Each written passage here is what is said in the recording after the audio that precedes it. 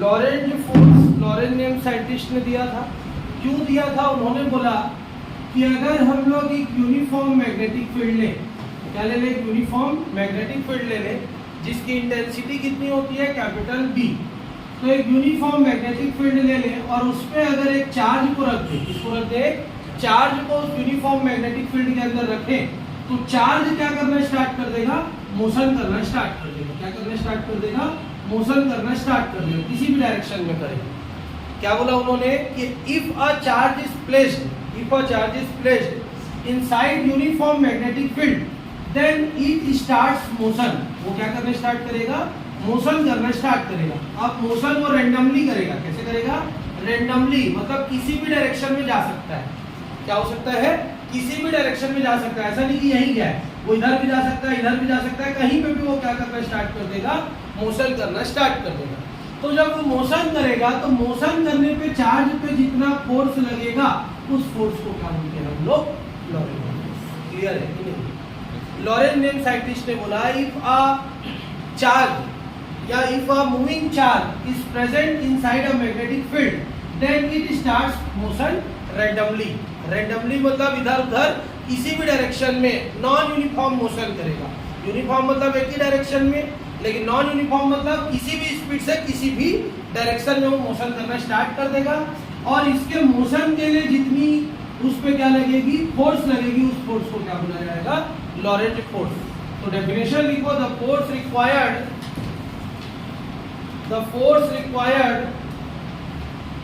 by any charge, the force required by any charge, the force required by any charge to do motion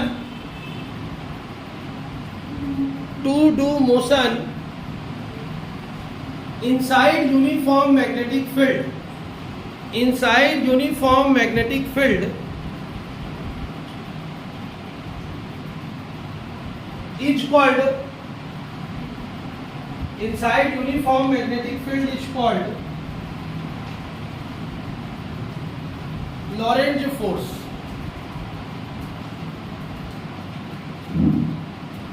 Lorentz force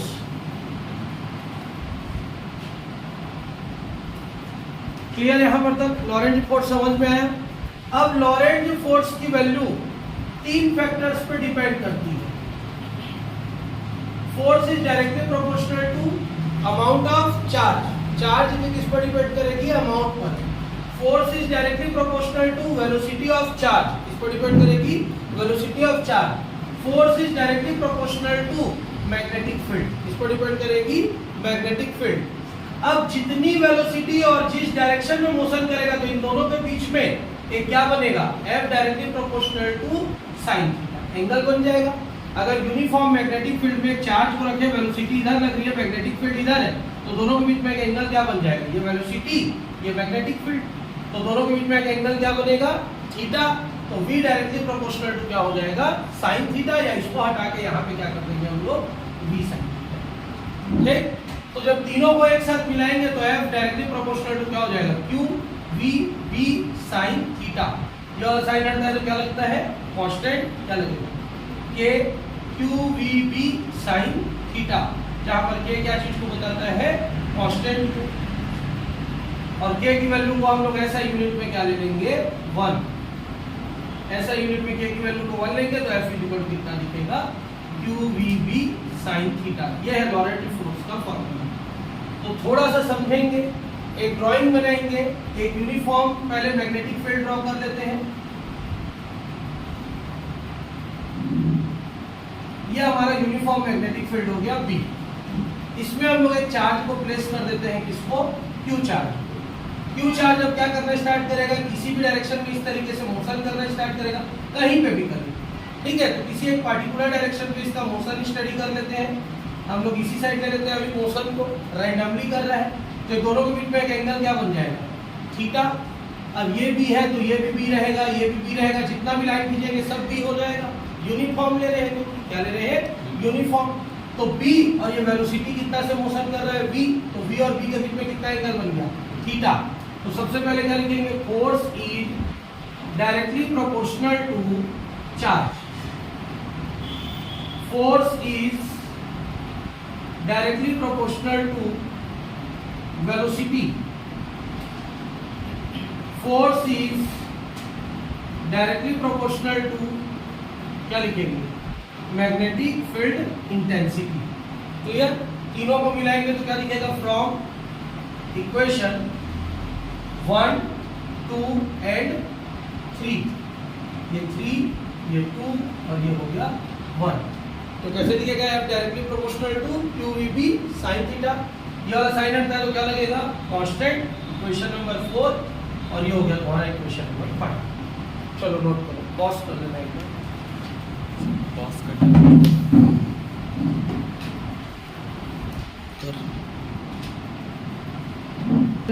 button magnet कर रहे हैं, फिर message कर देती है अग्रवाल तो मेरा फोन नहीं उठा रहे हो करके, तो वैसे में और कर लूँगा. साइक्लोट्रॉन हेडिंग दो अपनी कॉपी में, CYCLOTRON, साइक्लोट्रॉन.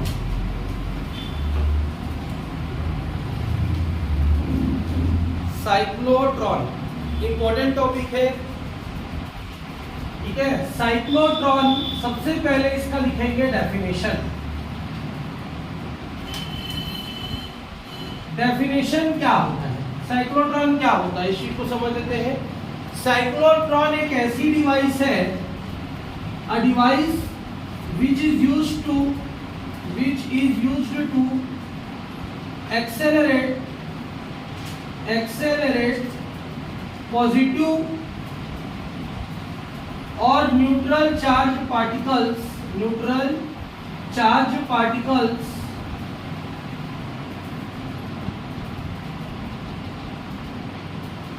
एक ऐसा डिवाइस जिसके हेल्प से पॉजिटिव चार्ज पार्टिकल्स को और न्यूट्रल चार्ज पार्टिकल्स को एक्सेलरेट किया जा सकता है, वो डिवाइस क्या कहलाता है, साइक्लोट्रॉन कहलाता है. ठीक, साइक्लोट्रॉन एक ऐसी डिवाइस है जिसके हेल्प से हम किसको एक्सेलरेट कर सकते हैं, पॉजिटिव चार्ज पार्टिकल को, या फिर किसको एक्सेलरेट कर सकते हैं, न्यूट्रल चार्ज पार्टिकल्स को. तो एक्सेलरेट करने का मतलब होता है उसकी स्पीड को इंक्रीज करना. वो पहले धीरे धीरे मोशन कर रहा है, उसको इतना स्पीड मोशन करवाना कि 1 सेकंड से भी कम समय लगे. तो जितना जल्दी वो स्पीडली मोशन करेगा और जाके किसी पर टकराएगा उतना ज़्यादा साउंड प्रोड्यूस करेगा. धीरे से टकराएगा तो धीरे साउंड प्रोड्यूस होगा, और स्पीडली जाके टकराएगा तो ज़्यादा साउंड प्रोड्यूस होगा. क्लियर हो गया? तो एक्सेलरेट क्यों किया जाता है, क्योंकि वो क्या कर सके, उस पर जाके फोर्स लगा सके. किस पे, जहाँ पे उसको टकराना है, टारगेट में जाके क्या करे, वो फोर्स लगाए. अब धीरे से जाके फोर्स लगाएगा तो एकदम हल्का फोर्स लगेगा, लेकिन एकदम जोर से स्पीड से जाके फोर्स लगाएगा तो ज्यादा फोर्स लगेगा. और कोई सी भी दो चीज टकराती है तो उससे क्या प्रोड्यूस होता है, साउंड. क्लियर है यहाँ पर तक? तो पॉजिटिव चार्ज पार्टिकल या न्यूट्रल चार्ज पार्टिकल को एक्सेलरेट करने के लिए, उसकी स्पीड को बढ़ाने के लिए जिस डिवाइस का यूज किया जाता है वो डिवाइस क्या कहलाता है, साइक्लोट्रॉन. पॉजिटिव चार्ज पार्टिकल्स में क्या आएगा, प्रोटॉन एग्जांपल, न्यूट्रॉन, पॉजिट्रॉन, ये सारे तुम्हारे पार्टिकल्स हैं. मेसॉन, MESON, मेसॉन, ये सारे हमारे पार्टिकल्स हैं. इन पार्टिकल्स को क्या करने का काम करते हैं, एक्सेलरेट. और एक्सेलरेट क्यों कर रहे हैं, क्योंकि वो स्पीडली जाके फोर्स लगाए या साउंड प्रोड्यूस करे. दो ही चीजें, चोर घंटी, बर्गलर अलार्म, ऐसे ताली बजाते हैं तो साउंड से वो चलना स्टार्ट हो जाता है. हम लोग जो घर के सामने बेल लगाते हैं और जो बजता है, रिंग होता है, तो एक ही बार दबाते हैं और कितना स्पीडली जाके बज जाता है वाला. तो ये सब किस पे वर्क करता है, साइक्लोट्रॉन पे.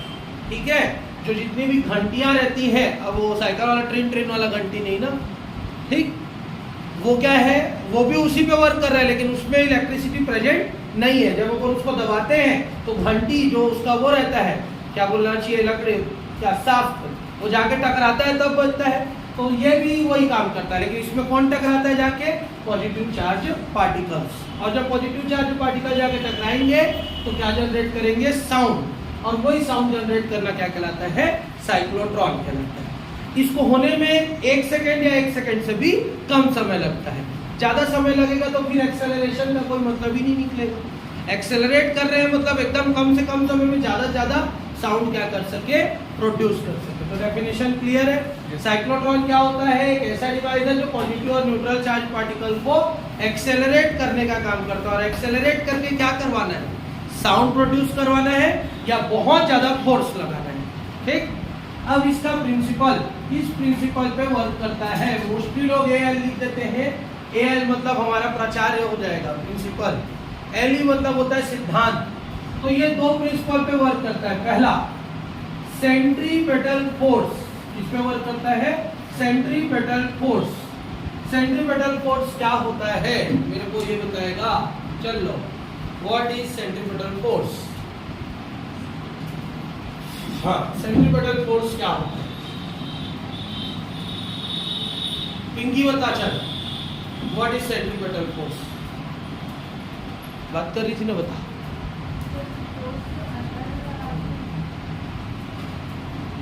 What is centripetal force?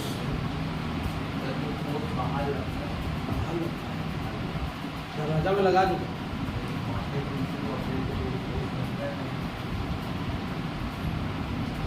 बता सेंट्रीपेटल फोर्स।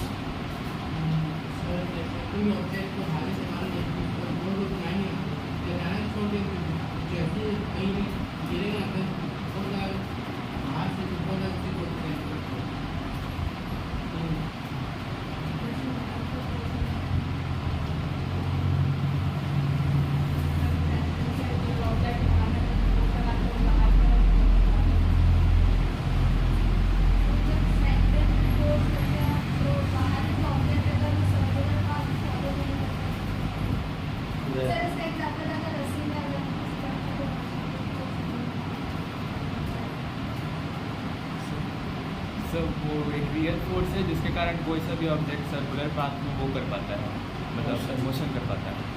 सर्कुलर पाथ में जब कोई ऑब्जेक्ट मोशन करता रहता है और वो मोशन करते समय सेंटर की तरफ जितना फोर्स एक्सर्ट करता है वो फोर्स क्या कहलाता है? सेंट्रीपेटल फोर्स कहलाता है। When any object does motion and the force exerted towards centre, centre की तरफ लगने वाला फोर्स सर्कुलर मोशन में क्या कहलाता है? सेंट्रीपेटल फोर्स कहलाता है। जैसे ये हमारा सर्कुलर पाथ हो गया, यहाँ पे कोई सा ऑब्जेक्ट मोशन कर रहा है तो ये सेंटर की तरफ जितना फोर्स क्या करता जाएगा? एक्सर्ट करता जाएगा, लगाता जाएगा, तो ये फोर्स क्या कहलाएगा? Centripetal force. मतलब सारा फोर्स कहाँ पे लगेगा? सेंटर की तरफ। तो अगर कोई सा बॉडी क्या करेगा? जब सर्कुलर मोशन करते समय सेंटर की तरफ फोर्स एक्सर्ट करेगा तो वो फोर्स क्या कहलाता है? सेंट्रीपेटल फोर्स कहलाता है। इसका फॉर्मूला कितना होता है? धरती नहीं। सेंट्रीपेटल फोर्स क्लियर हुआ कि नहीं हुआ? तो पहला किस प्रिंसिपल पे वर्क करता है? Centripetal force. सेंट्रीपेटल फोर्स क्या होता है? अगर कोई सा बॉडी कौन सा मोशन करता है? सर्कुलर मोशन करता है, और सर्कुलर मोशन करते समय उसका फोर्स किसकी तरफ लगता है? सेंटर की तरफ लगता है। तो सेंटर की तरफ लगने वाला फोर्स क्या कहलाता है? सेंट्रीपेटल फोर्स कहलाता है। फॉर्मूला होता है V equal to mv square upon r। Question number 1 clear है? यहाँ मतलब समझ में आया कि नहीं आया? 1 नहीं देते, छोड़ देते हैं। दूसरा ये किस प्रिंसिपल पे वर्क करेगा? Laurent force. किस पर वर्क करेगा? लॉरेंट फोर्स प्रिंसिपल पे। अभी बता के आया लॉरेंट फोर्स क्या होता है? अगर किसी चार्ज पार्टिकल को मैग्नेटिक फील्ड के अंदर रखा जाए, अगर किसी चार्ज पार्टिकल को मैग्नेटिक फील्ड के अंतर्गत रखा जाए तो वो मोशन करना स्टार्ट कर देता है, और उसके मोशन में लगने वाला फोर्स क्या कहलाता है? लॉरेंट फोर्स कहलाता है। वो कितना होता है? F equal to QVB sin theta. तो साइक्लोट्रॉन कितने प्रिंसिपल पे वर्क करता है? दो प्रिंसिपल पे वर्क करता है। एक क्या? सेंट्रीपेटल फोर्स, एक क्या? Laurent force. ठीक, क्लियर है कि नहीं है? तो डेफिनेशन क्लियर। पॉजिटिव या न्यूट्रल चार्ज पार्टिकल को एक्सेलरेट करने के लिए जिस डिवाइस का यूज किया जाता है वो डिवाइस क्या कहलाएगा? साइक्लोट्रॉन। साइक्लोट्रॉन कितने प्रिंसिपल पे वर्क करता है? दो प्रिंसिपल पे वर्क करता है। एक होता है सेंट्रीपेटल फोर्स, मतलब कोई सा भी ऑब्जेक्ट सर्कुलर मोशन करेगा तो उसका डायरेक्शन किसकी तरफ रहेगा? सेंटर की तरफ। फोर्स का डायरेक्शन किसकी तरफ रहेगा? सेंटर की तरफ। और दूसरा किस पर वर्क करेगा? लॉरेंट फोर्स, क्योंकि चार्ज पार्टिकल को किसके अंतर्गत रखा गया है? मैग्नेटिक फील्ड के अंतर्गत, इसलिए उसमें कौन सा फोर्स लगेगा? Laurent force. खत्म। तीसरा आ जाते हैं इसका कंस्ट्रक्शन। क्या आ जाएगा? कंस्ट्रक्शन। कंस्ट्रक्शन क्या होता है, इसका कंस्ट्रक्शन कैसे होता है, क्या होता है, ये देख लेते हैं। तो सबसे पहले एक आयरन का या किसी भी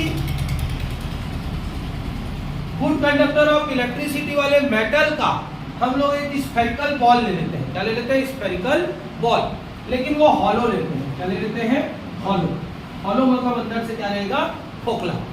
क्लियर है यहाँ पर तक? तो सबसे पहले हमको क्या करना है, एक स्फेरिकल आयरन का बॉल लेना है जो अंदर से क्या होना चाहिए? हॉलो होना चाहिए। उस बॉल को दो पार्ट में कट कर लेना है। कितने पार्ट में कट कर लेना है? दो पार्ट में कट कर लेना है। जैसे ही दो पार्ट में कट करेंगे तो दो डी नजर आएगा, ये उल्टा डी, ये सीधा डी। तो ये दोनों पार्ट को अपन बोलेंगे कंबाइंडली डीस। क्या बोलेंगे? डीस, DEES। ठीक, फिर से एक हम क्या लेंगे, आयरन का स्फेरिकल बॉल लेंगे जो अंदर से हॉलो रहेगा, उसको दो इक्वल पार्ट में क्या कर देंगे? डिवाइड कर देंगे। जब दो इक्वल पार्ट में डिवाइड करेंगे तो दो डी नजर आएगा, उस डी को हम क्या बोलेंगे? डीस बोलेंगे। क्लियर हो गया?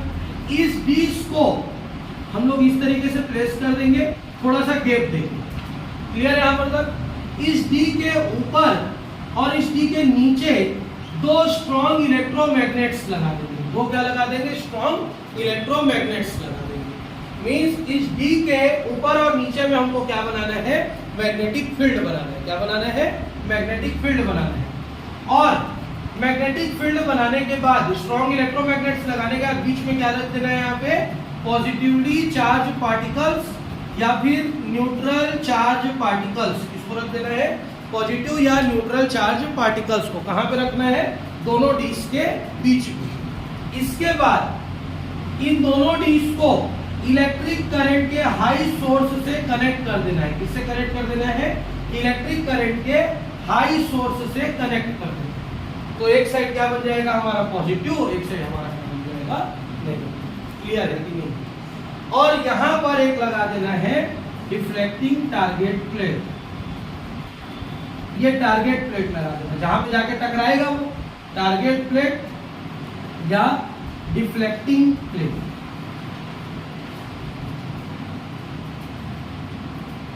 कंस्ट्रक्शन क्लियर है कि नहीं?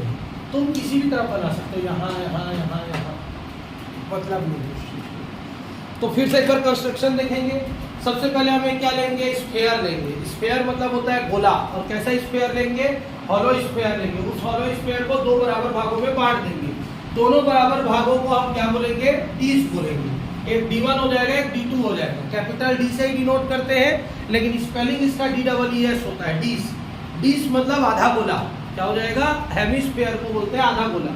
तो आधा गोला ले लिए, दोनों आधे गोले के बीच में किसको रख देंगे? पॉजिटिवली चार्ज पार्टिकल या न्यूट्रल चार्ज। दोनों को एक साथ नहीं रखना, या तो पूरा पॉजिटिव रखेंगे या तो पूरा क्या रखेंगे? न्यूट्रल रखेंगे। अब उस चार्ज पार्टिकल्स को रखने के बाद दो उसमें क्या लगा देंगे? Strong electromagnets. क्या लगा देंगे? दो स्ट्रॉन्ग इलेक्ट्रोमैग्नेट्स। एक तरफ का नॉर्थ पोल दिखता रहेगा, एक तरफ का क्या दिखता रहेगा? South pole. ऐसा मत बोला ना आधा काट के नॉर्थ इधर कर दिया, आधा काट के साउथ इधर नहीं। ये भी नॉर्थ और साउथ है, ये भी नॉर्थ और साउथ है, लेकिन इसका हमको कौन सा फेस दिखता रहेगा? North face. इसका कौन सा फेस दिखता रहेगा? South face. क्लियर है यहाँ पर तक? अब उसके बाद ये जो डीस का एक सिरा था उसको पॉजिटिव टर्मिनल बैटरी के, और एक सिरा को किससे जोड़ देंगे? Negative terminal. और स्विच क्यों लगाना जरूरी है? अगर स्विच नहीं लगाएंगे लगातार घंटी टन टन टन टन बजने लग जाएगा। होएगा कि नहीं होएगा? अगर स्विच को ऑन करके छोड़ दो तो दिन भर बजता रहेगा वो, जब तक इलेक्ट्रिक करंट पास होता रहेगा। इसीलिए हम लोग यहाँ पे क्या लगा देते हैं? स्विच लगा देते हैं। जब उसको प्रेस करें तभी वो मोशन करना स्टार्ट करे। प्रेस नहीं करेंगे तब तक कि वो क्या रहेगा? मोशन नहीं करेगा। क्लियर है यहाँ पर तक कि नहीं? हो गया? कंस्ट्रक्शन समझ में आया? लिख लोगे कि लिखवाऊं कि लिख दूं?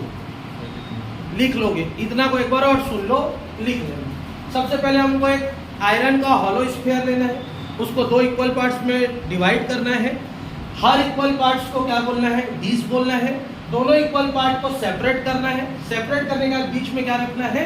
पॉजिटिवली चार्ज पार्टिकल या फिर नेगेटिवली न्यूट्रल चार्ज पार्टिकल्स। फिर इन दोनों डीस के ऊपर और नीचे में हमको क्या लगाना है? दो स्ट्रॉन्ग इलेक्ट्रोमैग्नेट्स। क्या लगाना है? दो स्ट्रॉन्ग इलेक्ट्रोमैग्नेट्स। फिर दोनों डीस को किससे जोड़ देना है? हाई वोल्ट इलेक्ट्रिक करंट से जोड़ देना है। और किनारे में क्या लगा देना है, टारगेट प्लेट। जिस तरफ चाहिए उसी तरफ टारगेट प्लेट लगाएंगे।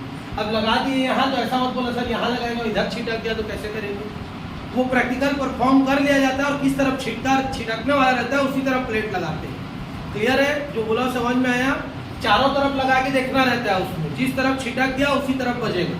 तुम चारों तरफ भी लगा सकते हो प्लेट को, छोटा छोटा सा लगता है। क्लियर, कंस्ट्रक्शन समझ में आया कि नहीं है। कंस्ट्रक्शन के बाद अगला टॉपिक आ जाता है तुम्हारा वर्किंग। क्या आ गया, वर्किंग। वर्किंग क्या होता है, जैसे ही स्विच को ऑन किया जाता है तो स्विच को ऑन किया जाता है तो ये एक तरफ नेगेटिव और एक तरफ पॉजिटिव होगा। तो नेगेटिव क्या करेगा, इस यहाँ पर क्या प्रेजेंट है, पॉजिटिव और न्यूट्रल प्रेजेंट है। तो नेगेटिव क्या करेगा, इस पॉजिटिव चार्ज पार्टिकल को अपनी तरफ क्या करने की कोशिश करेगा, अट्रैक्ट करने की कोशिश करेगा, खींचने की कोशिश करेगा। जैसे ही खींचने की कोशिश करेगा तो ये सेमी सर्कुलर क्या करना स्टार्ट कर देगा, मोशन स्टार्ट कर देगा। क्या स्टार्ट कर देगा, सेमी सर्कुलर मोशन। कैसे करता है, तसला जानते हो, तसला, अरे चावल वावल धोते नहीं है, कटोरा, कटोरा का बड़ा रूप होता है तसला। उस तसले में एक पार्टी को रख देना, मार्बल को, और उसको गोल गोल गोल गोल घुमाना, तो वो क्या करेगा, सर्कुलर मोशन करेगा उसमें और घूमता रहेगा। मौत का कुआं घूमता है ना, मौत का कुआं नहीं घूमता है, उसमें बाइकर्स घूमते हैं। तो सिमिलरली उसी तरीके से ये आधा कटोरी में वो क्या करने लगेगा, सर्कुलर मोशन करने लगेगा। लेकिन हम लोग एक तरफ से देखेंगे तो हमको सेमी सर्कल नजर आएगा, क्योंकि आधा गोला तो इधर है, उसका पूरा गोला ये होता ना। लेकिन हमको तो भले ही वो अंदर ही अंदर गोला गोला पूरा मोशन कर रहा है, मतलब ऐसे घूमना स्टार्ट करेगा, ठीक है। लेकिन हम लोग देखेंगे तो हमको एक तरफ से वो क्या नजर आएगा, खाली आधा गोला नजर आएगा। सिमिलरली जब वो पूरी तरीके से घूम जाएगा तो उसकी जो पॉजिटिवली चार्ज पार्टिकल है, न्यूट्रली चार्ज पार्टिकल नेगेटिव में घूमने की वजह से वो क्या हो जाएगा, नेगेटिवली चार्ज हो जाएगा। है पॉजिटिव, लेकिन उसमें कौन से गुण डेवलप हो जाएंगे, कौन सी प्रॉपर्टी डेवलप हो जाएगी, नेगेटिव प्रॉपर्टी डेवलप हो जाएगी। अब सेंटर पे जैसे ही जाएगा उसको कौन अपनी तरफ खींच लेगा, पॉजिटिव। फिर वो पॉजिटिव की तरफ भी वो क्या करेगा, सेमी सर्कुलर मोशन करेगा, और सेमी सर्कुलर मोशन करने के बाद वो पूरी तरीके से क्या हो जाएगा, न्यूट्रल। और न्यूट्रल होने के बाद जाके किस पे डिफ्लेक्ट करेगा, टारगेट प्लेट। अब वो इधर भी डिफ्लेक्ट कर सकता है, इधर भी और इधर भी, चारों में से किसी भी से। हम डिफाइन नहीं कर सकते कि वो कहाँ पे डिफ्लेक्शन करेगा, ठीक है। बनाते एक ही तरफ है हम लोग डिफ्लेक्शन प्लेट को, लेकिन वो चारों तरफ में कहीं पे भी क्या कर सकता है, डिफ्लेक्ट हो सकता है। रैंडम मोशन है, हम पढ़ क्या है इसमें, लॉरेंट फोर्स में उसका मोशन रैंडम होता है, हमको नहीं पता किस तरफ छिटकेगा वो। क्लियर है कि नहीं है, मेरे को ये बताओ। तो वर्किंग में क्या लिखेंगे, जो पॉजिटिव या न्यूट्रल चार्ज पार्टिकल है उसको नेगेटिव वाला डी अपनी तरफ क्या करता है, अट्रैक्ट करता है। और जब नेगेटिव वाला डी अपनी तरफ अट्रैक्ट करता है तो होता क्या है, वो सेमी सर्कुलर मोशन करना स्टार्ट करता है। वो करता तो सर्कुलर मोशन ही है, लेकिन हमको दिखाई कैसा दिखता है, सेमी सर्कुलर। फिर जब वो पूरा मोशन कंप्लीट कर लेता है तो उसमें कौन सा प्रॉपर्टी डेवलप हो जाता है, नेगेटिव प्रॉपर्टी डेवलप हो जाता है, जिसके कारण उसको कौन अपनी तरफ खींचता है, पॉजिटिव। और पॉजिटिव जैसे ही खींचता है फिर से वो बचा हुआ अपना मोशन को कंप्लीट करता है, और इतना स्पीड हो जाता है कि जाके किसी भी प्लेट पे क्या हो जाता है, टकरा जाता है।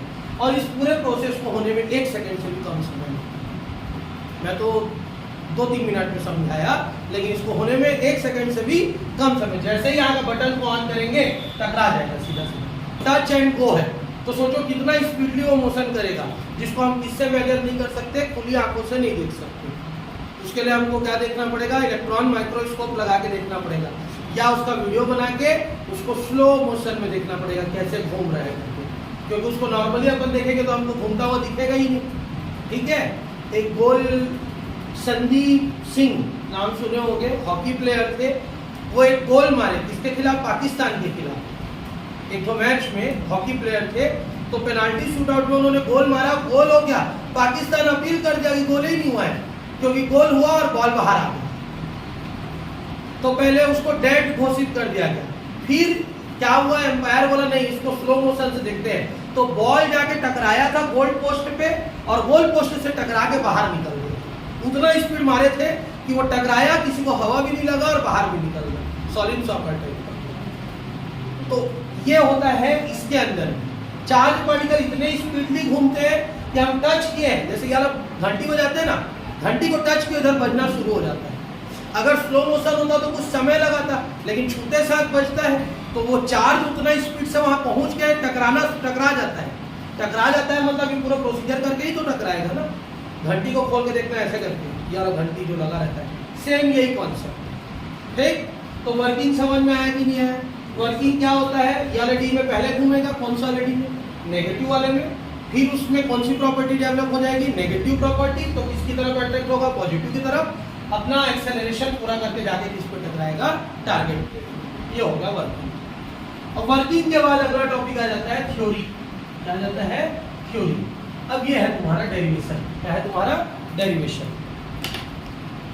इसका फोटो खींच लो और ग्रुप में डालो, क्योंकि डेरिवेशन पूरा नहीं होगा अगर लिखने का समय दूंगा।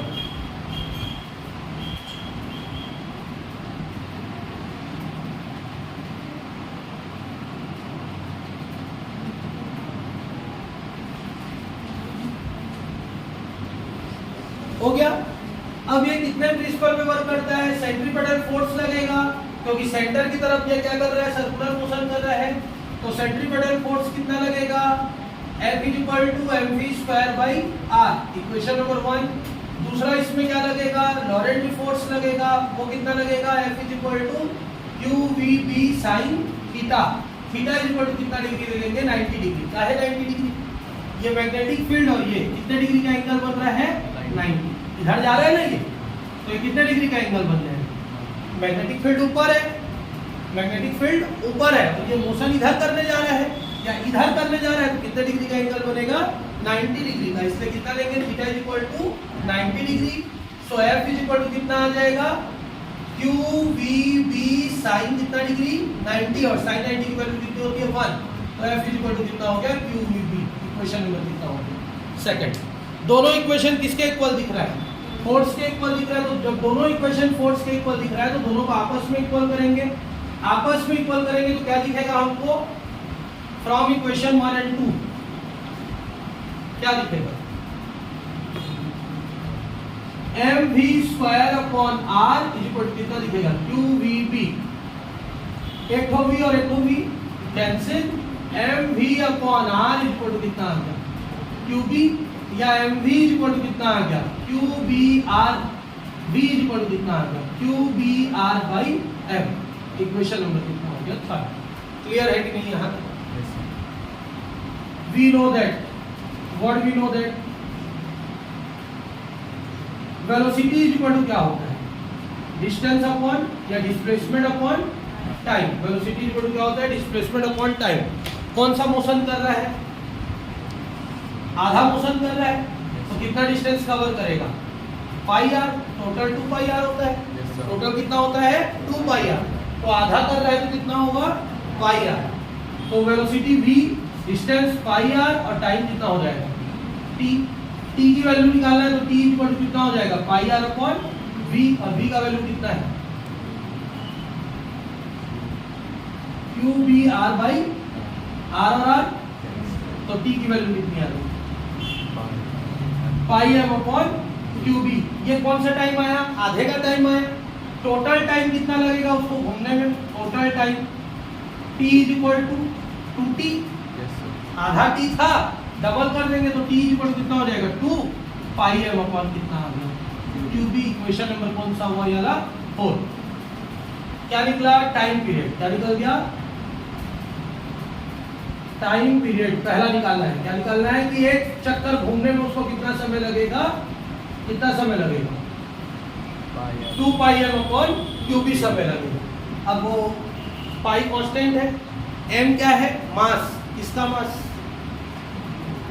Charge particle. किसका? चार्ज पार्टिकल का। q क्या है? चार्ज। किसका? चार्ज पार्टिकल का। p क्या है? Magnetic field intensity. बड़ा बनाओगे तो सब बड़ा वाला वैल्यू हो जाएगा, छोटा बनाओगे तो छोटा हो जाएगा। ये t हो गया। अब t निकालने के बाद इसमें निकालेंगे फ्रीक्वेंसी। क्या निकाल देंगे? फ्रीक्वेंसी। फ्रीक्वेंसी क्या होता है? फ्रीक्वेंसी क्या होता है? एक सेकंड में जितना चक्कर पूरा करता है वो क्या कहलाती है? Frequency. Number of cycles per second. एक सेकंड में जितना चक्कर पूरा करेगा वो क्या कहलाएगी? फ्रीक्वेंसी। फ्रीक्वेंसी को किससे डिनोट किया जाता है? न्यू। न्यू इक्वल टू होता है 1 upon time period, nu equal to 1 upon time period की वैल्यू क्या है 2 pi M upon QB. So nu equal to कितना आ जाएगा QB upon 2 pi M. Frequency का यूनिट कितना होता है पलक, क्या होता है फ्रीक्वेंसी का यूनिट?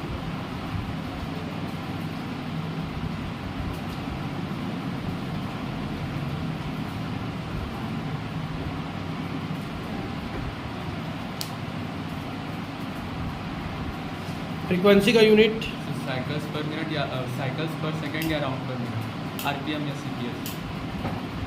हर्ट्ज होता है, क्या होता है हर्ट्ज, HERTZ। सर मतलब वही साउंड वाला हर्ट्ज, फ्रीक्वेंसी मतलब हर्ट्ज, ठीक। तो यार यहाँ पर तो फ्रीक्वेंसी का यूनिट क्या होता है हर्ट्ज या CPM या RPM, लेकिन पेपर में हर्ट्ज लिख के आना, ठीक। क्लियर है? तो सबसे पहले हमको क्या निकालना है, दोनों इक्वेशन को सॉल्व करके टाइम पीरियड, मतलब एक चक्कर पूरा करने में कितना समय लगेगा, कितना समय लगेगा, फिर 1 सेकंड में कितना चक्कर पूरा करेगा, इतना चक्कर पूरा करेगा, उसके लिए एनर्जी। तो एनर्जी का फॉर्मूला होता है E = 1/2 mv²। किसका फॉर्मूला है? Kinetic energy 1/2 mv², 1/2 m, v की वैल्यू कितनी है QBR/m का होल स्क्वायर, v निकाल चुके हैं।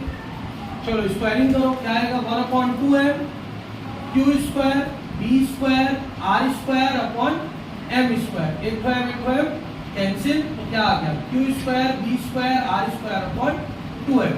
ये एनर्जी के फॉर्मूला होगा। एनर्जी में कितना फॉर्मूला लगेगा q² b² r² upon 2m। ये हो गया साइक्लोट्रॉन कंप्लीट। तो साइक्लोट्रॉन में हमको पहले पता है कि सेंट्रीपिटल फोर्स इतना होता है, लॉरेंट फोर्स इतना होता है, क्योंकि वो 90 डिग्री में घूमेगा इसलिए थीटा = 90 डिग्री। दो इक्वेशन बना, दोनों इक्वेशन को कंपेयर किए तो किसकी वैल्यू निकल गई v। अब हमको ये पता करना है कि एक चक्कर मारने में कितना समय लगेगा। तो हम क्या निकालेंगे, टाइम निकालेंगे। तो पहले तो हमको आधा चक्कर का निकालना पड़ेगा, डायरेक्ट मत निकाल देना पूरा चक्कर का, क्योंकि पता है कि वो आधा घूमने का फिर सेंटर में जाता है, फिर सेंटर का फिर आधा घूमता है, डायरेक्ट गोल गोल नहीं घूमता है ना वो। मैं चाहता तो यहाँ पे 2 पाई लगा के बना सकता था, आंसर गलत हो जाता, क्योंकि हमको पता है वेलोसिटी एक तरफ की अलग निकलेगी, दूसरे तरफ की अलग निकलेगी, दोनों को जोड़ना पड़ेगा, इसीलिए हमने ये किया है। अब यहाँ पर से टाइम निकल गया πm/qb, टोटल टाइम डबल कर देंगे तो इतना निकल गया। फ्रीक्वेंसी क्या होता है, अब 1 सेकंड में कितना चक्कर पूरा कर सकता है, तो new = 1 time period, time period की वैल्यू लगा दी तो फ्रीक्वेंसी निकल गया। फिर उसको घूमने के लिए कितनी एनर्जी चाहिए होगी q² b² r² upon 2m। Clear? चलो नोट करो इसको, एक पे छोड़, 1.5 पे छोड़ देना कंस्ट्रक्शन के।